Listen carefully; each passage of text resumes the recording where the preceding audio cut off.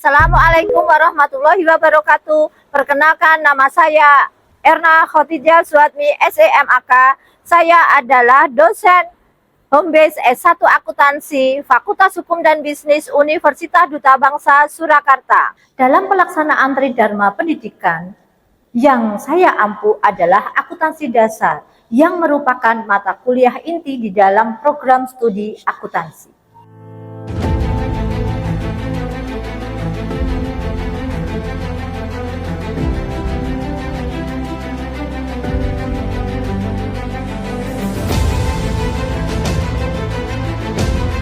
Pada semester ini, saya mengampu mata kuliah akuntansi dasar dengan bobot 3 SKS. Dalam satu semester ini, saya memiliki kewajiban untuk memenuhi 16 kali pertemuan yang terdiri dari 14 kali tatap muka, 1 kali UTS, dan 1 kali UAS. Deskripsi mata kuliah akuntansi dasar adalah mempelajari tentang konsep dasar akuntansi yang meliputi pengertian akuntansi, pihak-pihak yang akan menggunakan informasi akuntansi, pengenalan dalam siklus akuntansi usaha jasa ataupun usaha dagang, jenis-jenis jurnalnya, jenis-jenis sistem pencatatan persediaan, jenis-jenis metode penilaian persediaan, penyusunan laporan keuangan, baik itu perusahaan jasa ataupun perusahaan dagang.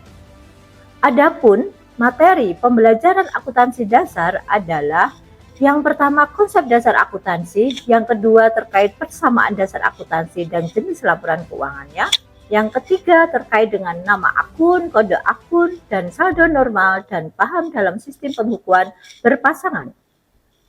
Yang keempat, penggunaan jurnal sebagai alat pencatatan transaksi, penerapan penggunaan jurnal dan posting ke buku besar, dan pembuatan neraca saldo. Kemudian yang kelima, jurnal penyesuaian. Yang keenam, pembuatan neraca saldo setelah disesuaikan. Kemudian yang ketujuh, menyelesaikan soal siklus akuntansi perusahaan jasa dengan menggunakan kertas kerja atau neraca lajur ataupun worksheet. Kemudian membuat laporan keuangan. Yang kedelapan, fungsi atau pembuatan jurnal penutup dan neraca saldo setelah penutupan. Kemudian akuntansi untuk perusahaan dagang dan metode pencatatan persediaan. Yang ke-10, pencatatan persediaan baik sistem persediaan perpetual maupun sistem persediaan fisik ataupun periodik. Kemudian ke-11, fungsi jurnal khusus dan macam-macam jurnal khusus serta mampu mencatat transaksi yang ada di jurnal khusus. Membuat buku besar pembantu, buku besar umum, dan neraca saldo. Yang ke-13, membuat jurnal penyesuaian dan neraca lajur. Yang terakhir yaitu menyusun laporan keuangan usaha dagang sederhana. Adapun capaian pembelajaran di dalam mata kuliah akuntansi dasar ini yaitu pertemuan pertama di mana penjelasan terkait kontrak kuliah dan rencana pembelajaran semester serta memahami konsep dasar akuntansi. Yang kedua, mampu menguasai persamaan dasar akuntansi dan jenis laporan keuangan. Yang ketiga, memahami nama akun, kode akun, dan saldo normal dan paham sistem pembukuan berpasangan. Yang keempat, mampu memahami penggunaan jurnal sebagai alat pencatatan transaksi, penerapan penggunaan jurnal dan posting ke buku besar, dan pembuatan neraca saldo. Yang kelima, memahami jurnal penyesuaian. Yang keenam, yaitu memahami pembuatan neraca saldo setelah disesuaikan. Yang ketujuh, mampu menyelesaikan soal siklus akuntansi perusahaan jasa dengan menggunakan kertas kerja, kemudian membuat laporan keuangan. Yang kedelapan, memahami fungsi dan pembuatan jurnal penutup dan neraca saldo setelah penutupan. Yang kesembilan, mampu memahami akuntansi untuk perusahaan dagang dan metode pencatatan persediaan. Yang ke-10, yaitu mampu memahami pencatatan persediaan baik sistem persediaan perpetual maupun sistem persediaan fisik atau periodik. Yang ke-11, mampu memahami fungsi jurnal khusus dan macam-macam jurnal khusus serta mampu mencatat transaksi di jurnal khusus. Kemudian pertemuan 12, mampu membuat buku besar pembantu, buku besar umum, dan neraca saldo. Yang ke-13, membuat jurnal penyesuaian dan neraca lajur. Yang ke-14, menyusun laporan keuangan usaha dagang sederhana. Kemudian referensi yang digunakan adalah dari buku ajar dan jurnal yang saya terapkan di tahun 2019 dan 2024. Integrasi penelitian terdapat pada buku referensi, jurnal, proceeding, dan hak cipta.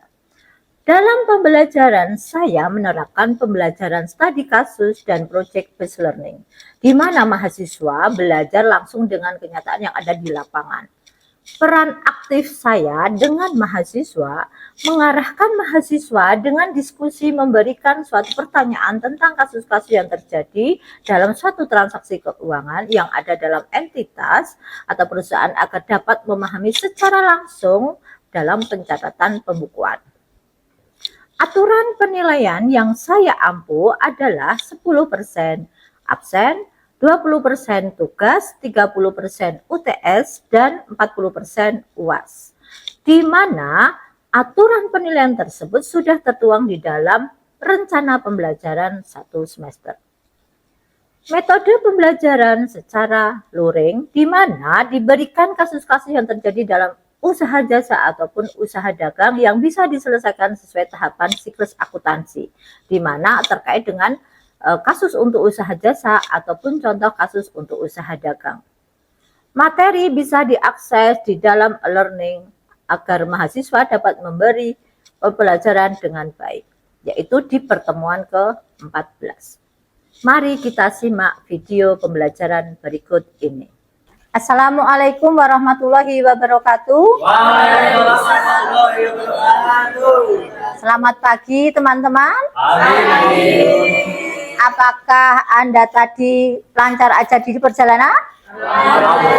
Sudah sarapankah? Oke, kalau belum sarapan nanti nggak bisa menerima materi. Oke ya, harus sarapan dulu ya. Harapan Ibu kalau bisa sarapan dulu. Oke, terima kasih ya. Oke, sebelumnya di sini untuk pertemuan 14 yaitu pertemuan terakhir di mata kuliah akuntansi, mata kuliah pengantar akuntansi. Ini nanti akan Ibu terangkan terkait dengan laporan keuangan.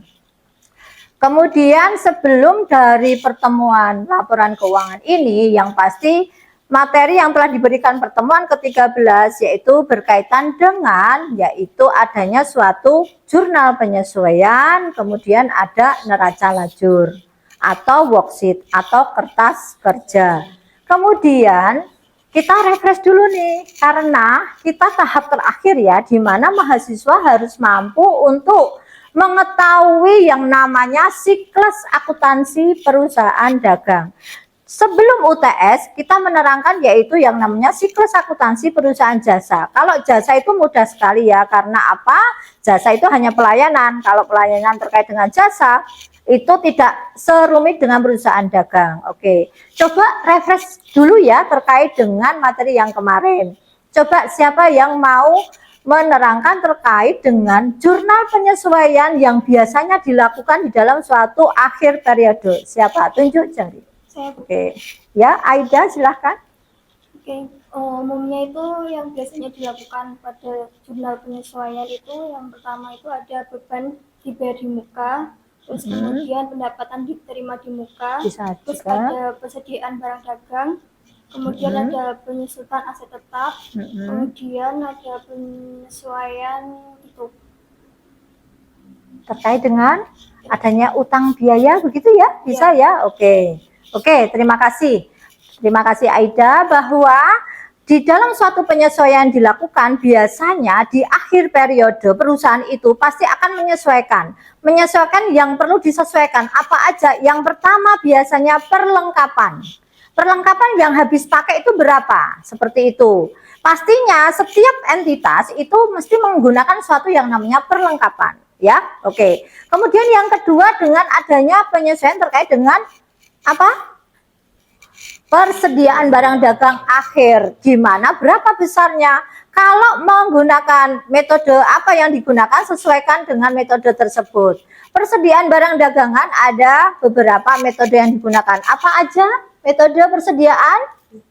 FIFO, LIFO, dan average atau rata-rata. Oke. Kemudian penyesuaian berikutnya berarti terkait dengan penyusutan aset tetap. Karena apa? Aset tetap itu nilainya bertambah atau berkurang? Berkurang karena digunakan. Oke, betul. Kemudian terakhir misalnya ada suatu biaya tak tertagihkan ya, kemudian ada juga biaya utang biaya apa seperti itu untuk penyesuaian. Oke. Kemudian materi kemarin itu terkait dengan penyesuaian, terus dilanjutkan dengan neraca lajur, di mana Anda sudah saya berikan form ya terkait dengan tugas kemarin. Kemudian kita lanjutkan untuk pertemuan sekarang ini, untuk pertemuan terakhir yaitu terkait dengan laporan keuangan. Laporan keuangan menurut standar akuntansi keuangan atau SAK, yaitu laporan keuangan dapat diidentifikasikan secara jelas informasi yang ada di suatu perusahaan.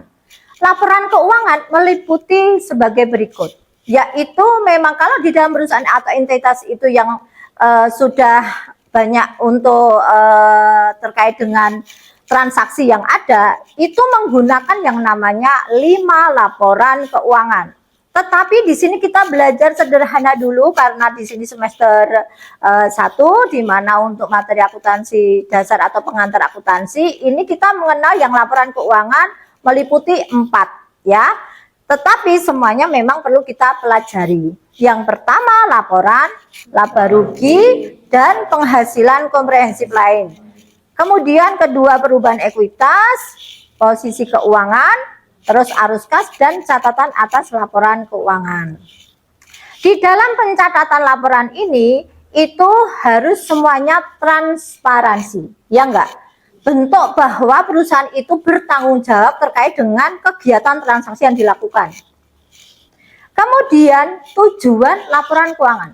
Tujuan laporan keuangan yaitu memberikan informasi mengenai posisi performa dan perubahan posisi keuangan sehingga secara efektif mempengaruhi manajemen. Yang kedua, menjadi acuan utama investor atau promotor atau kreditor untuk menilai kelayakan perusahaan dalam mendapat bantuan dana.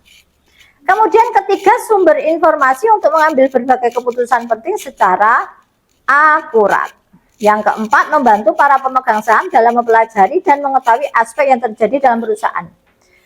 Tujuan ini memang perlu sekali ya. Di perusahaan entitas itu pasti laporan keuangan akan dibuat karena dengan menurut International Accounting Standard Board itu perlu sekali ya, seperti itu. Penting sekali bagi perusahaan. Karena untuk melihat dari laporan keuangan itu artinya orang istilahnya misalnya investor, dia akan mengetahui dari laporan keuangan itu bahwa perubahan yang terjadi di dalam suatu setiap periodenya seperti itu. Kalau misalnya perusahaan baik itu bagaimana? Yang bagaimana boleh tanya? Yang bagaimana teman-teman? Kalau perusahaan itu dianggap itu baik itu bagaimana teman-teman? Boleh di sebelah sini kanan bagaimana? Kalau bagaimana perusahaannya itu baik dilihat di seorang investor misalnya atau beberapa investor, yaitu terlihat dari labanya. Labanya itu selalu meningkat. Itu berarti kinerja perusahaannya baik di dalam mengelola perusahaannya. Kalau misalnya kan kita nggak tahu ya, laporan keuangan itu bisa juga fluktuasi, naik turun kan begitu. Tetapi apakah bisa laporan keuangan itu misalnya diperoleh laba itu flat? Bisa nggak? Bisa nggak? Flat itu apa? Sama. Flat itu sama ya, datar. Kalau fluktuasi itu naik turun. Kalau misalnya meningkat itu artinya berarti labanya berubah. Oke. Berarti kalau flat bisa nggak? Tidak bisa, karena kita tidak tahu untuk menentukan berapa hasil penjualannya atau laba yang diperoleh. Seperti itu ya teman-teman. Kemudian form yang ada yang pertama laporan laba rugi, di mana menyajikan seluruh pendapatan atau beban dari suatu perusahaan dalam satu periode akuntansi. Di sini itu untuk form laporan laba ruginya yang simple ya, terkait dengan perusahaan jasa. Nanti kalau perusahaan dagang itu ada transaksi yang berkaitan dengan apa? Penjualan, terus ada retur penjualan, potongan penjualan, seperti itu. Ketemulah yang namanya penjualan bersih. Kemudian dikurangi dengan adanya pembelian, terus ada potongan pembelian, retur pembelian, kemudian ada persediaan barang awal, persediaan barang akhir yang ketemu HPP.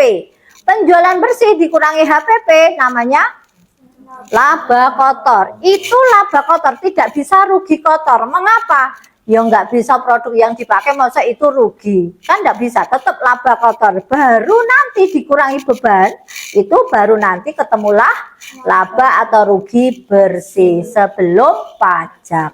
Seperti itu ya teman-teman. Formnya seperti ini.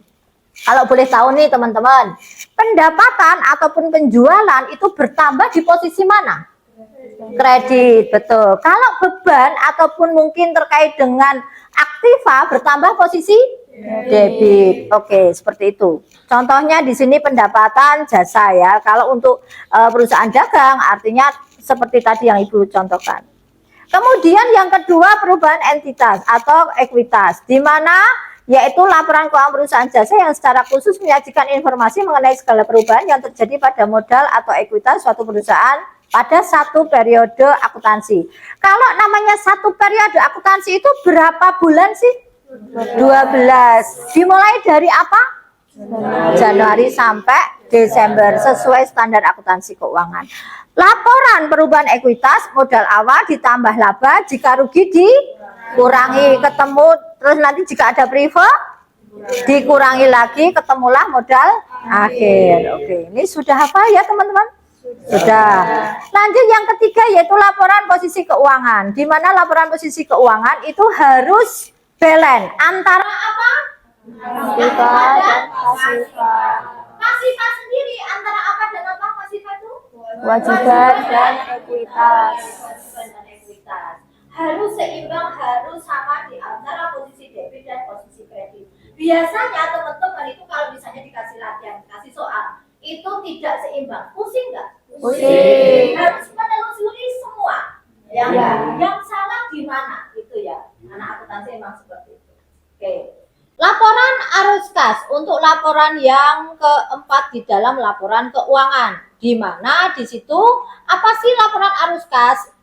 Nama lainnya cash flow ya, di mana di situ laporan keuangan yang menyajikan informasi arus masuk dan arus keluar. Ada 3 kategori yang diberlakukan di sini untuk cash flow, di mana ada kegiatan untuk aktivitas operasi, aktivitas investasi, dan aktivitas pendanaan. Ketiga ini ada masuk, ada keluar. Apa sajakah? Oke.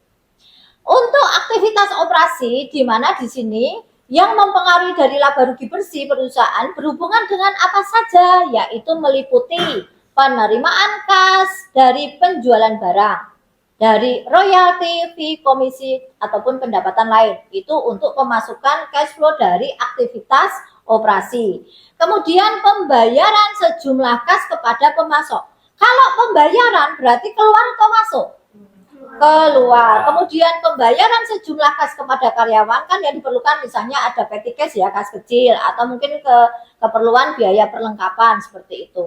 Kemudian penerimaan dan pembayaran kas oleh perusahaan asuransi sehubungan dengan premi atau klaim, anuitas, dan manfaat asuransi lainnya. Ada juga bayar pajak penghasilan, terus penerimaan dan pembayaran sejumlah kas dari kontrak yang diadakan dan dilaksanakan untuk tujuan transaksi usaha dan perdagangan. Jadi yang bertambah itu di penerimaan, kalau untuk pengeluarannya terkait dengan pembayaran. Kemudian terkait dengan aktivitas investasi. Investasi itu kan artinya seperti modalnya akan bertambah ya. Apa saja untuk aktivitas investasi, di mana sejumlah uang muka yang diterima akibat pinjaman yang diberikan pada pihak lain serta pelunasannya, terkecuali lembaga keuangan. Kalau namanya terkecuali tidak. Penerimaan kas atas penjualan aktiva tetap, yaitu seperti tanah, bangunan, peralatan. Nah, di mana perusahaan itu mempunyai harta ini karena ini misalnya dia mau menjual, berarti itu merupakan suatu penambahan investasi. Kemudian jikalau pengeluaran kas yang digunakan seperti pembelian aset tetap karena sudah dijual kemudian membeli lagi yang baru, misalnya seperti itu. Dengan aktiva jangka panjang, termasuk di dalamnya adalah biaya pengembangan aktiva yang dibangun sendiri oleh perusahaan. Kemudian perolehan saham dari perusahaan lain atau instrumen keuangan, itu aktivitas investasi. Kemudian kalau aktivitas pendanaan di sini yaitu memprediksi klaim aduan terhadap arus kas masa depan oleh para penyetor atau pemasok. Modal perusahaan diantaranya seperti adanya pembayaran kas untuk mengurangi saldo kewajiban yang berkaitan dengan sewa guna usaha, terus adanya penerimaan kas dari emisi obligasi, pinjaman, wesel, hipotek, dan pinjaman lainnya, kemudian penerimaan kas yang berasal dari saham atau instrumen modal lainnya. Ini merupakan penambahan dari aktivitas pendanaan. Kalau untuk pengeluarannya, itu terkait dengan penarikan atau menebus saham perusahaan, kemudian pelunasan pinjaman, dan pembiayaan oleh penyewa guna usaha. Ini terkait dengan cash flow-nya dengan form sebagai berikut. Jadi ini memang ini harus sama dengan saldo akhir kas ini sama dengan di buku besar kas. Jadi intinya ini tuh rincian di dalam transaksi yang ada di buku besar kas. Penerimaan, pengeluaran terkait dengan 3 aktivitas. Di sini ada contoh yang kemarin Ibu sudah memberikan kasus ya untuk latihan, di mana pertemuan kemarin itu sudah ada penyesuaian, kemudian membuat neraca lajur, di mana di sini rangkumannya terkait pembuatan neraca lajur, contoh untuk toko Siva, di mana di sini kita kemarin untuk membuat di worksheet ini ada 2 kategori dalam penyusunan penyesuaian untuk menggunakan HPP atau harga pokok penjualan dan itisar laba rugi. Di mana di sini itu menggunakan yang namanya terkait dengan itisar laba rugi. Bagaimana nyusunnya? Ini sudah Ibu terangkan pertemuan kemarin. Kemudian muncullah yang namanya laba rugi dan neraca. Lah, pertemuan ini yaitu Anda silakan menyusun yang namanya laporan keuangan. Coba, laporan keuangan apa aja tadi? Laba rugi, terus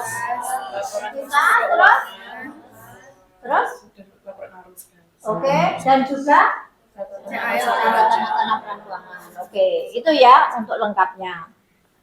Kemudian kalau dilihat dari neraca lajur ini, oke ya, boleh tahu ya. Coba dilihat nih. Diperoleh laba atau rugi? Diperoleh laba atau rugi? Oke, pintar. Kenapa diperoleh laba? Karena apa? Karena yang lebih besar apanya? Pendapatannya atau penjualannya, karena di sini perusahaan dagang. Seperti itu ya. Penjualan salesnya lebih tinggi daripada beban, maka muncul yang namanya laba. Seperti itu.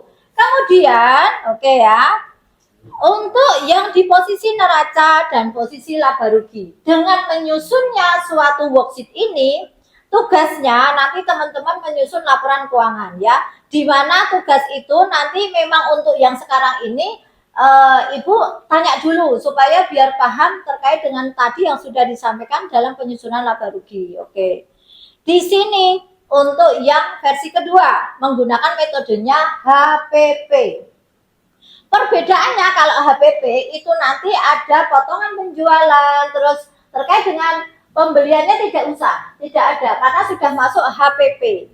Tapi kalau itisar laba rugi, potongan pembelian, terus nanti ada terkait retur itu dihitung, ditulis. Jadi perbedaannya seperti itu.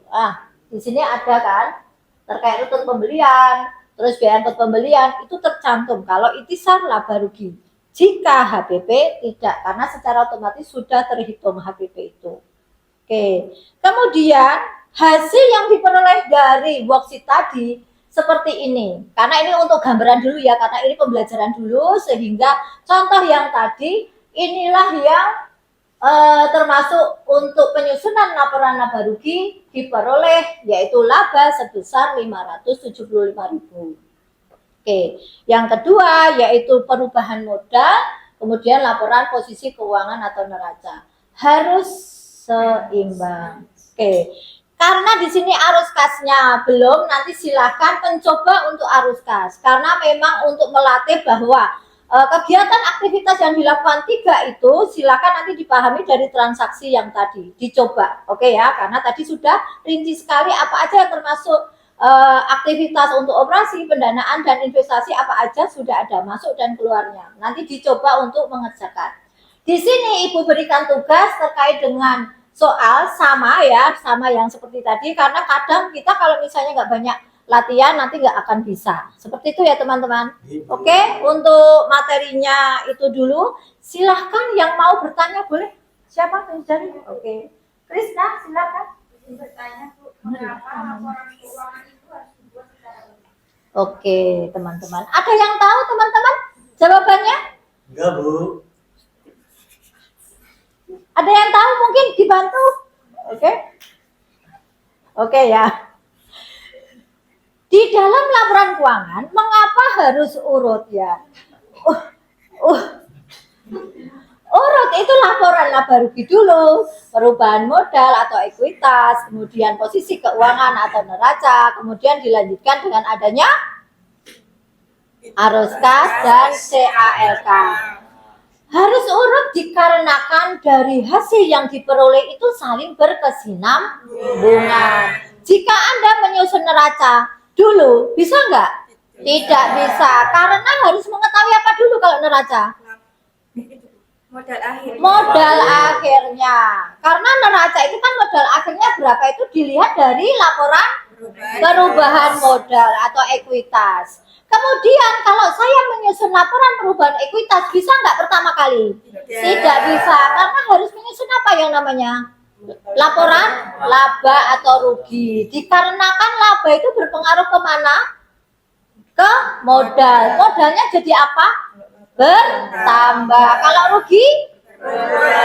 Modal itu bisa bertambah dengan adanya yaitu laba. Kemudian apa lagi? Ada lagi? Adanya investasi. Terus ada apa lagi? Pendapatan atau penjualan. Sudah jelas teman-teman? Sudah, oke.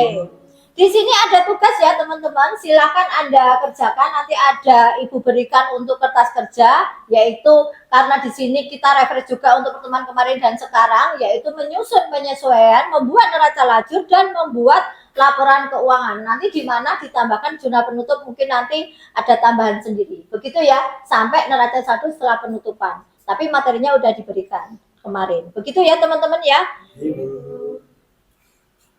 Terkait dengan akhir dari pembelajaran hari ini, yaitu berkaitan dengan laporan keuangan, merupakan kondisi keuangan dan kinerja suatu entitas dalam satu periode. Jadi setiap satu periode itu transaksinya selalu berbeda, berubah. Karena tidak tahu bahwa dari transaksi terjadi itu bagaimana. Kemudian dengan melalui laporan ini, dapat menilai efisiensi, transparansi, serta kemampuan entitas dalam mengelola sumber daya. Kemudian ketiga, laporan keuangan membantu memahami kekuatan dan kelemahan finansial sebagai dasar pengambilan keputusan yang lebih tepat. Jadi endingnya untuk laporan keuangan seperti ini. Begitu ya teman-teman? Oke, terima kasih atas waktunya. Nanti silakan, karena di dalam pembelajaran ini ada praktek, nanti ada tugas itu silakan dikerjakan, saya akan berikan formnya. Begitu ya teman-teman. Oke, terima kasih atas waktunya. Saya akhiri sekian. Wassalamualaikum warahmatullahi wabarakatuh. Waalaikumsalam warahmatullahi wabarakatuh. Hati-hati di jalan ya teman-teman. Ya, sama-sama. Belajarlah dengan sungguh-sungguh karena itulah titik awal dari kesuksesanmu. Jangan biarkan rasa malas mencuri masa depanmu. Setiap buku yang kamu baca, setiap tugas yang kamu kerjakan adalah investasi yang akan membentuk menjadi pribadi tangguh dan siap menghadapi dunia. Ingat, keberhasilan tidak datang dari kemalasan, tapi kerja keras dan tekad yang kuat.